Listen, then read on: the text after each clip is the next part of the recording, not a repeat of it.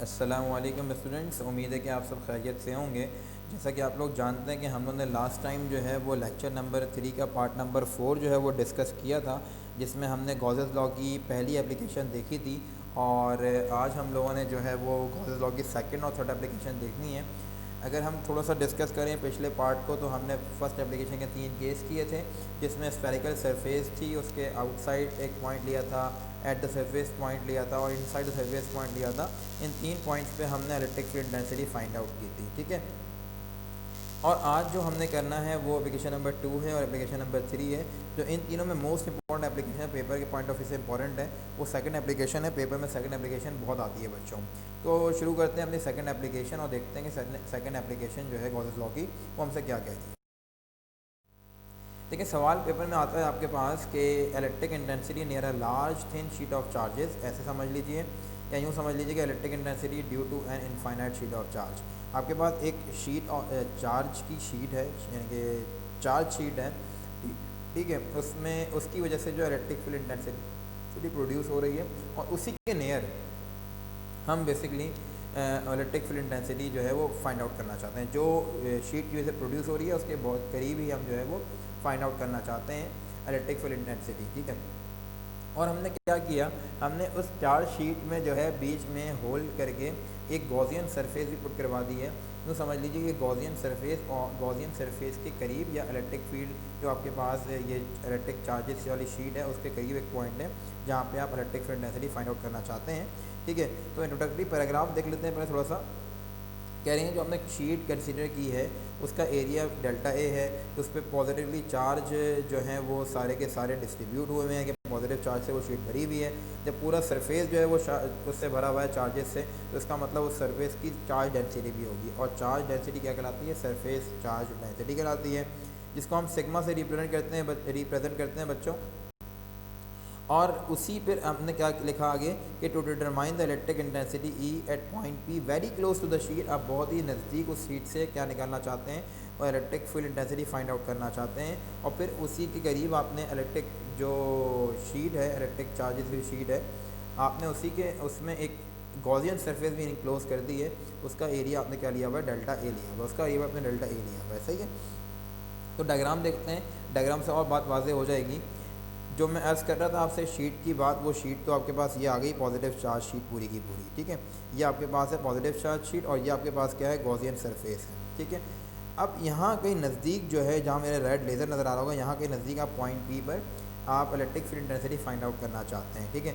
इसकी वजह से प्रोड्यूस हो रही है इलेक्ट्रिक फील्ड इंटेंसिटी। तो जो इसका एरिया है बेसिकली, इसका जो एरिया है, ठीक है, जिस इस यहाँ पर जो आपके पास इलेक्ट्रिक फील्ड इंटेंसिटी है, यहाँ जो एंगल बन रहा है बेसिकली, इसकी वजह से जो यूँ समझ लीजिए इलेक्ट्रिक फील्ड इंटेंसिटी प्रोड्यूस हो रही है, जो फ्लक्स प्रोड्यूस हो रहा होगा इसकी वजह से, यहाँ पर इस पूरी गॉसियन सरफेस पर जो है वो तो ज़ीरो होगा। अब सर क्यों ज़ीरो होगा? इसलिए ज़ीरो होगा जो इसका वेक्टर एरिया है वो इस तरीके से है, इस तरीके से। और जो इनका जो फ्लक्स प्रोड्यूस हो रहा है इसकी वजह से, जो इलेक्ट्रिक फील्ड इंटेंसिटी प्रोड्यूस हो रही है इसकी वजह से, इनके दरमियान एंगल क्या बन रहा है? बेसिकली 90 डिग्री बन रहा है। यहाँ मैंने दिखा भी दिया आप लोगों को कि ये वेक्टर एरिया है और इसकी डायरेक्शन जो है इलेक्ट्रिक फील्ड इंटेंसिटी की वो या तो लेफ्ट वर्ड या तो राइट वर्ड है, और ये परपेंडिकुलर है वेक्टर एरिया। तो परपेंडिकुलर जब वेक्टर एरिया हो गया इलेक्ट्रिक फील्ड इंटेंसिटी से, तो वो 90 डिग्री बन गया। और आप जानते हैं कि जो फ्लक्स का फॉर्मूला होता है वो बेसिकली क्या होता है? ई डेल्टा ए कॉस थीटा होता है। जब कॉस 90 हो गया तो कॉस 90 0 के बराबर होता है, यानी कि इस पूरी सरफेस पर, इस पूरी गॉसियन सरफेस पर जो इलेक्ट्रिक फील्ड इंटेंसिटी होगी वो ज़ीरो होगी। हाँ, जो इनकी फ्लैट सर्कुलर सरफेसेस हैं उसका एरिया इस तरफ है, यहाँ से भी देखें तो इस तरफ है और यहाँ से भी देखें तो इस तरफ है। तो यूँ समझ लीजिए कि इलेक्ट्रिक फील्ड इंटेंसिटी की डायरेक्शन और वेक्टर एरिया की डायरेक्शन जो है वो सेम है। इसका मतलब the angle between electric field intensity and vector area is 0 degree, ठीक है। तो यहाँ पर फ्लक्स जो है वो मैक्सिमम हो सकता है गॉसियन सरफेस के इस फ्लैट सर्कुलर सरफेस के ऊपर। जो फ्लक्स होगा वो कैसा होगा? मैक्सिमम होगा। यहाँ पर फ्लक्स है ही नहीं, ठीक है। तो ये देखें, ये वाला सरफेस भी और ये वाला सरफेस भी इस शीट से इक्विडिस्टेंट है, और इक्विडिस्टेंट मतलब है यहाँ जितना दूर है वहाँ भी इतना ही दूर है, ठीक है। जितना एरिया इस फ्लैट सर्कुलर सरफेस का है उतना ही एरिया इस फ्लैट सर्कुलर सरफेस का है। सही हो गई बात यहाँ तक? तो यही मैंने आगे अगली स्लाइड में आपसे अर्ज़ किया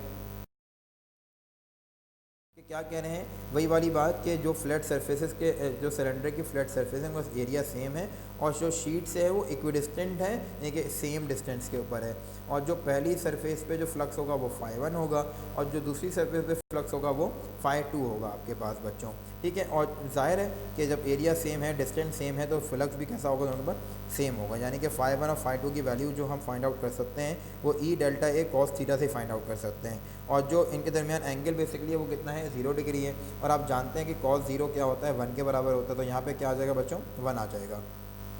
जब ई डेल्टा ए 1 से मल्टीप्लाई होगा तो इसका मतलब जो दोनों फ्लैट सरफेसेस पर, फ्लैट सर्कुलर सरफेस पे फ्लक्स होगा वो क्या होगा, ई डेल्टा ए होगा। अगर हम इन दोनों सरफेसेस के फ्लक्स को समअप करना चाहते हैं, टोटल मालूम करना चाहते हैं, तो ज़ाहिर है क्या करें, दोनों को आप प्लस कर दें। जब आप दोनों फ्लक्स को प्लस करेंगे, यानी कि इसका भी ई डेल्टा है, इसका भी ई डेल्टा है, जब दोनों का प्लस कर देंगे तो क्या बन जाएगा आपके पास, ई डेल्टा है 2 ई डेल्टा ए बन जाएगा। यानी कि जो टोटल फ्लक्स प्रोड्यूस हो रहा है उस शीट की वजह से फ्लैट सरफेसेस पर वो कितना हो रहा है, 2 ई डेल्टा ए हो रहा है। सही हो गई बात यहाँ तक।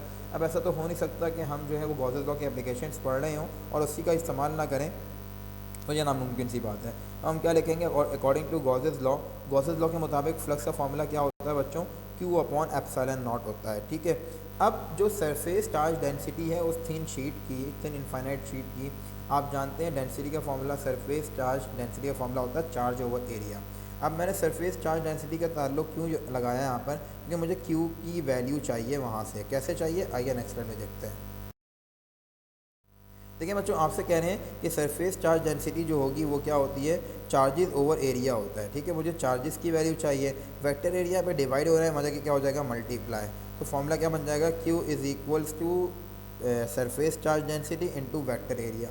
आपने क्या किया, पूरी वैल्यू उठाई और गॉसेस लॉ के फॉर्मूले में पुट करवा दी। गॉसेस लॉ का फॉर्मूला क्या होता है, Q अपॉन एप्सिलॉन नॉट होता है। तो क्या बन जाएगा बेटा, phi is equals to Q की जगह क्या आ गया, ये Q की वैल्यू आ गई और एप्सिलॉन नॉट नीचे रह गया। तो इक्वेशन 1 बनी थी वो भी फाई के इक्वल थी, जो इक्वेशन 2 बनी है वो भी फाई के इक्वल है। When two equations are equal to the same variable then we are suppose to compare them.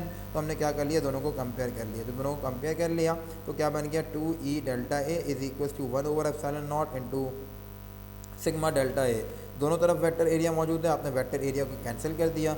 ई क्या बेसिकली आपको फॉर्मूला चाहिए था, 2 क्या हो रहा है हमें मल्टीप्लाई, उधर जाके क्या हो जाएगा divide. So we get the formula to find electric field intensity near thin infinite sheet is E is equal to sigma over 2 epsilon naught. ये आपके पास क्या हो गया, इलेक्ट्रिक फील्ड इंटेंसिटी निकालने का फॉर्मूला हो गया by the help of Gauss's law near thin infinite sheet. ठीक है, यहाँ पर जो है वो आपके पास एप्लीकेशन नंबर 2 इख्तिताम पजीर हुई। कोई सवाल, कोई स्टेप हो बेटा तो मुझसे पूछ लीजिएगा आप लोग। अब हम जा रहे हैं एप्लीकेशन नंबर 3 के ऊपर, आसान सी है। एप्लीकेशन नंबर 2 पेपर में बहुत आती है तो इसकी प्रैक्टिस ज़्यादा कीजिएगा। अच्छा बच्चों, देखते हैं एप्लीकेशन नंबर 3 हमसे क्या कह रही है। एप्लीकेशन नंबर 3 में आपसे कह रहे हैं electric intensity between 2 oppositely charge plates. 2 plates हैं, वहाँ सिर्फ एक प्लेट थी आपके पास, पॉजिटिव प्लेट थी। ठीक है, और दूसरा गॉसियन सरफेस था। यहाँ पर आपके पास जो है 2 प्लेट्स हैं, एक पॉजिटिव प्लेट है और एक नेगेटिव प्लेट है। उसके दरमियान आप जो हैं वो electric field intensity find out करना चाहते हैं। ठीक है, अब देखते हैं कि आप थोड़ा सा जो है इंट्रोडक्टरी पैराग्राफ लिखते हैं। जाहिर सी बात है हर डेरिवेशन के स्टार्ट में, तो यहाँ भी हमने लिखा है। कह रहे हैं 2 आपने मेटल प्लेट्स ली और बहुत ही कम डिस्टेंस पर वो प्लेट्स हैं, क्योंकि जितने कम डिस्टेंस पर होंगी उतनी इलेक्ट्रिक फील्ड इंटेंसिटी अच्छी होगी।